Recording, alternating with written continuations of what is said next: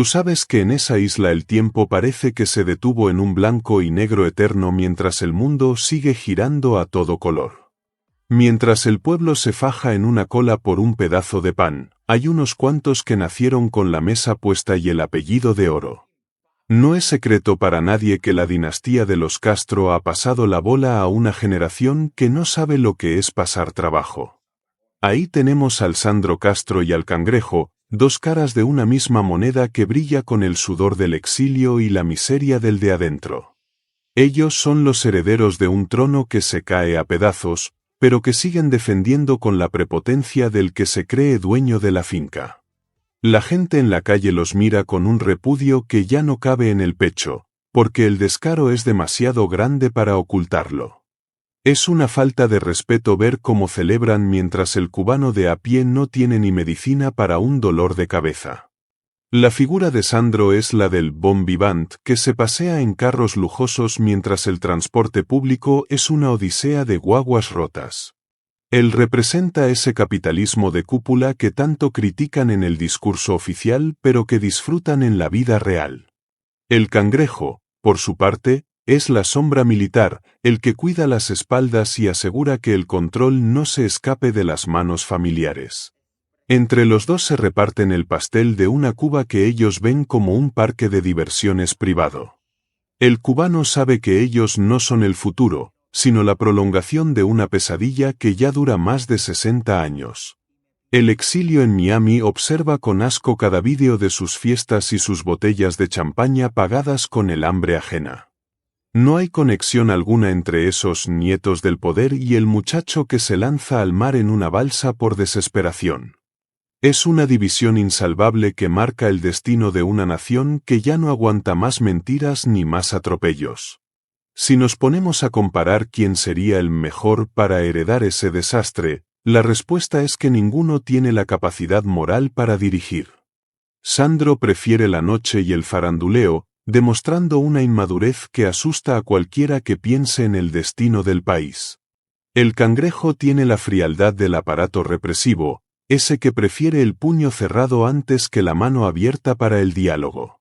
En Washington, figuras como Marco Rubio no quitan el dedo del renglón, señalando cada uno de estos desmanes con la fuerza de la ley. Incluso Trump, con su política de mano dura, puso a temblar a esa cúpula que se siente intocable tras sus muros de cristal.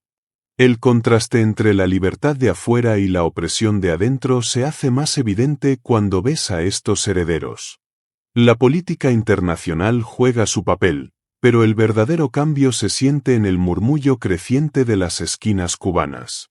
No hay relevo que valga cuando la base de la estructura está podrida por la corrupción y el egoísmo personal.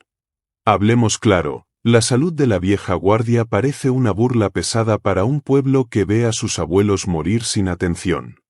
Mientras el cubano común envejece prematuramente por el estrés, los de arriba parecen tener el elixir de la eterna juventud.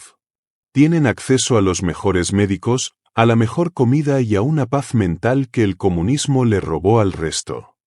Esa vitalidad que ostentan es el resultado de décadas viviendo del esfuerzo de millones que no reciben nada a cambio. Es doloroso ver cómo se perpetúan en el mando mientras las familias se dividen y los jóvenes solo piensan en escapar. El comunismo en Cuba no es una ideología, es un negocio familiar que se hereda de padres a hijos y de abuelos a nietos. Por eso el repudio es generalizado, porque ya nadie se traga el cuento de la igualdad cuando la diferencia es tan abismal. La salud de ellos es la enfermedad de la patria, un cáncer que se niega a soltar el cuerpo que ha consumido por tanto tiempo. La narrativa de la revolución se desmorona cada vez que Sandro sube una foto presumiendo un estilo de vida que el sistema prohíbe. El Cangrejo sabe que su poder depende del miedo, pero el miedo se está convirtiendo en una rabia sorda que tarde o temprano explotará. El cubano es noble, pero tiene un límite, y ver a estos personajes burlarse de su miseria es cruzar la raya roja. No importa cuánto intenten lavar su imagen, la mancha del apellido Castro es demasiado profunda y está llena de sombras. En el exilio se recauda la esperanza y se mantiene viva la llama de una Cuba que no pertenezca a una sola familia.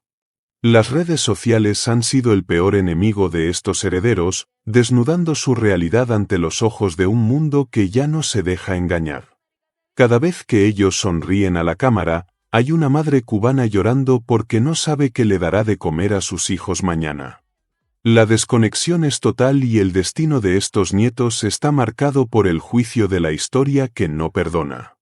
La comparación con líderes del exilio como Rubio resalta la importancia de tener una visión de libertad y progreso real para todos.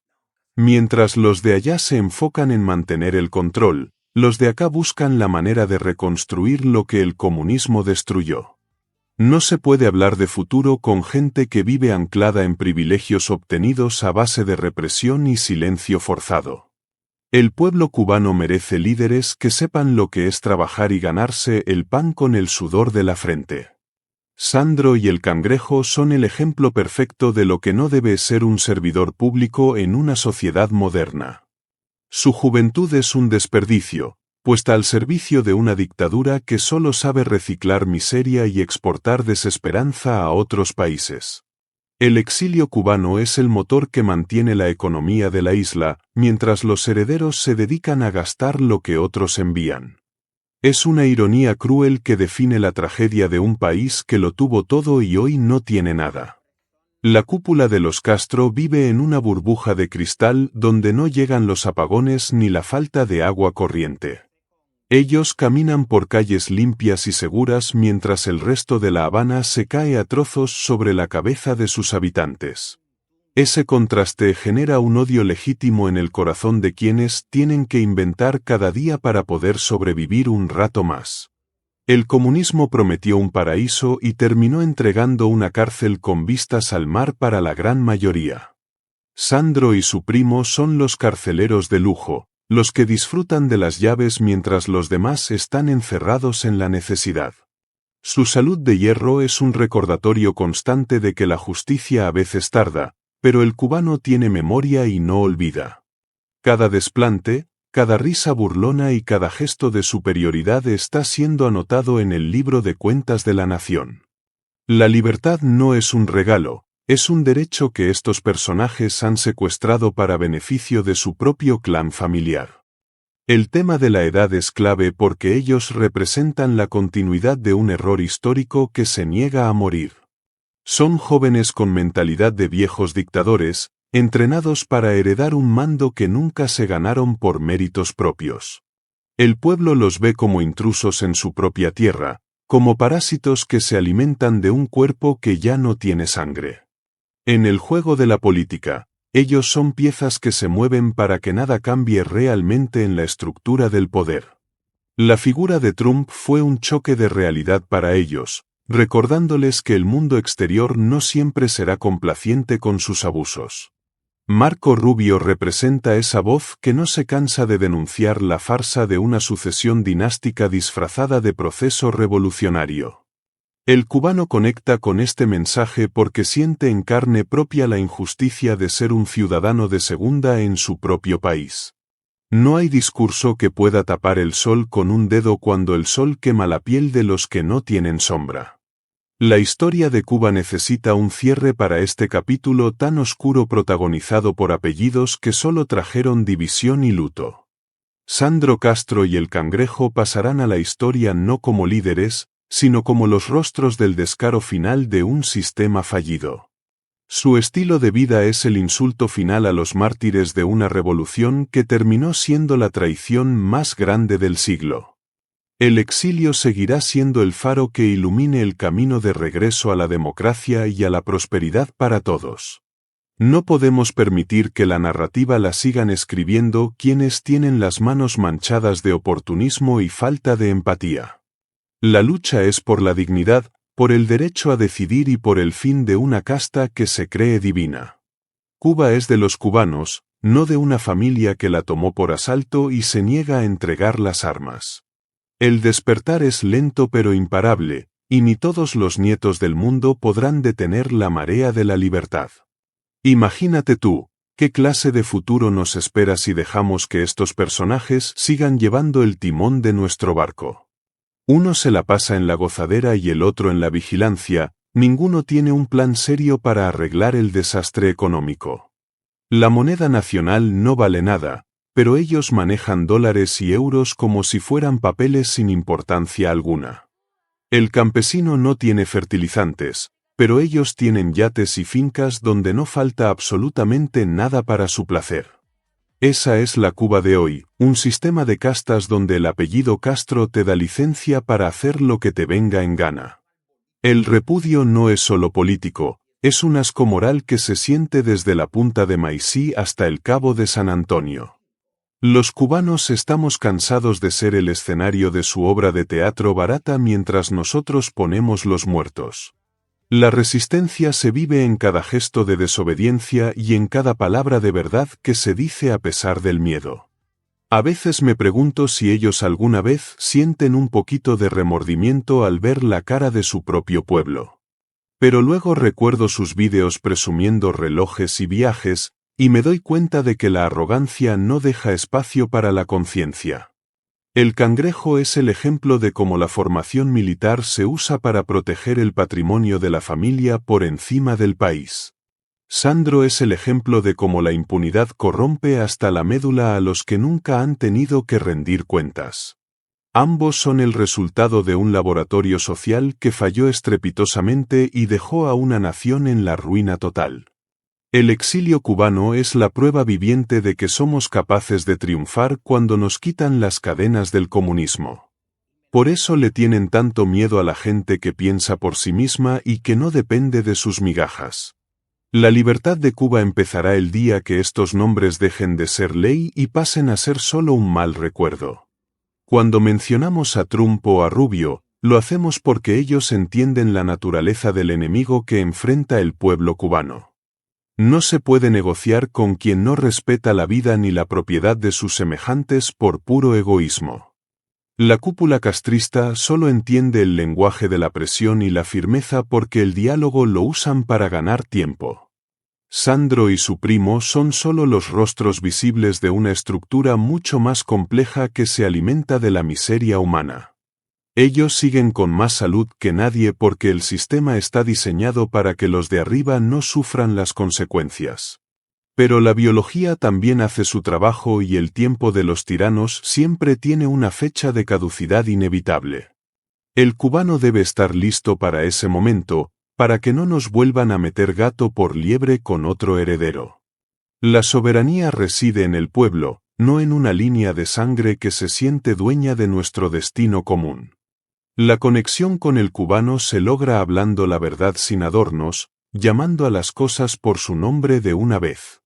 El comunismo ha sido un parásito que ha secuestrado la alegría de vivir de varias generaciones de compatriotas nuestros. Ver a estos nietos disfrutar lo que a otros se les prohíbe es la chispa que mantiene encendido el fuego de la rebelión.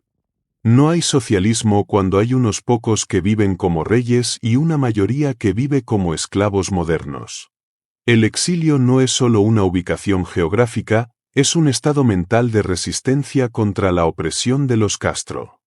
Cada balsa que sale, cada médico que se queda, es un voto de censura contra Sandro, el Cangrejo y toda su parentela. La salud de la que presumen es un insulto a los que mueren por falta de insumos básicos en los hospitales. Pero ya el velo se cayó y el mundo entero está viendo la verdadera cara de la continuidad cubana. El camino hacia la libertad es duro, pero es el único que vale la pena transitar para recuperar nuestra amada isla. No podemos dejar que el desánimo nos venza mientras estos herederos se ríen de nuestras penas en sus fiestas privadas. La narrativa de la revolución ya no convence ni a los que la inventaron, es solo un cascarón vacío de contenido. Sandro y el Cangrejo son los últimos suspiros de un sistema que se niega a aceptar su propia muerte histórica. La comparación con líderes democráticos nos recuerda que hay otra forma de vivir, basada en el respeto y la oportunidad. El cubano es emprendedor por naturaleza y solo necesita que le quiten la bota de encima para volver a brillar. El repudio a la cúpula es el primer paso para la sanación nacional y el reencuentro de todos los cubanos. Mantengamos la fe en que Cuba volverá a ser libre y que los apellidos de la tiranía serán borrados. Bueno, mi gente, espero que esta historia les sirva para abrir los ojos y entender quiénes son los que realmente mandan. No se dejen engañar por espejismos de cambios que solo buscan mantener a los mismos en el poder de siempre. Sandro Castro y el Cangrejo son solo la punta del iceberg de un descaro que lleva décadas destruyendo nuestro hogar. Compartan este mensaje, hablen con sus vecinos y mantengan viva la llama de la verdad en cada rincón. El exilio y el pueblo de adentro somos un solo cuerpo que late por la libertad de nuestra tierra. Gracias por acompañarme en esta narración y por no perder nunca la esperanza de una Cuba mejor para todos. Nos vemos en la próxima, con más verdades y más fuerza para seguir luchando por lo que nos pertenece. ¡Viva Cuba libre y que se acabe de una vez la dictadura de los Castro y sus herederos!